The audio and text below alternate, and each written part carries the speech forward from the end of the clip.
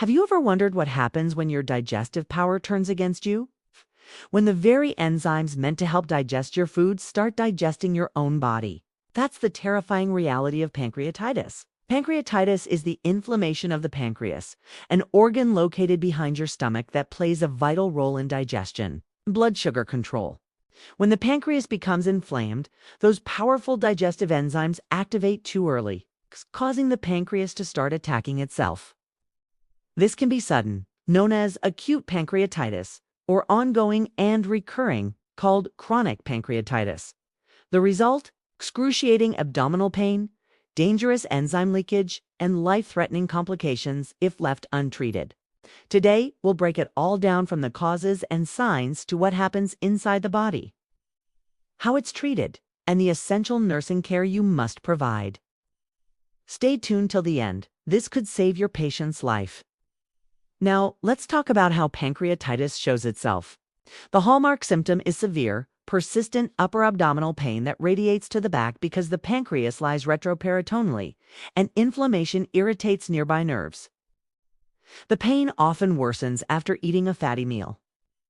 Nausea, vomiting, and abdominal distension follow as the digestive system goes into chaos. Fever and tachycardia appear as the body fights the inflammation.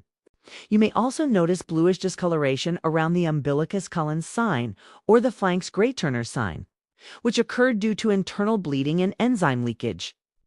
Patients may become hypotensive and dehydrated as fluid shifts into the retroperitoneal space. These are not just signs, they are red flags demanding immediate intervention. Recognizing them early can prevent complications like pancreatic necrosis or multi-organ failure. Here's what happens inside the body, step by step. It all starts when the pancreatic ducts become obstructed, commonly due to gallstones or chronic alcohol abuse. This blockage traps digestive enzymes inside the pancreas. These enzymes, especially trypsin, become prematurely activated within the organ instead of the small intestine. Once activated, they begin digesting pancreatic tissue, a process called autodigestion. It causes severe inflammation, tissue edema, and bleeding. The damaged cells release inflammatory mediators, leading to vasodilation, increased vascular permeability, and fluid loss. In severe cases, the inflammation extends to surrounding tissues and distant organs, causing systemic inflammatory response syndrome (SIRS) and potentially multi-organ failure. Understanding this chain reaction is vital because every second counts once autodigestion begins.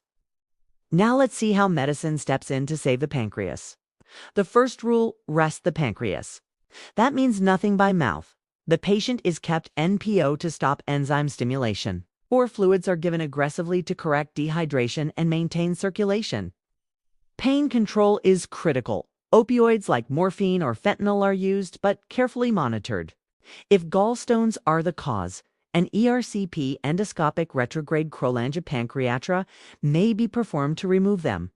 Antibiotics are prescribed only if infection is suspected. Nasogastric suction helps relieve vomiting and abdominal distension.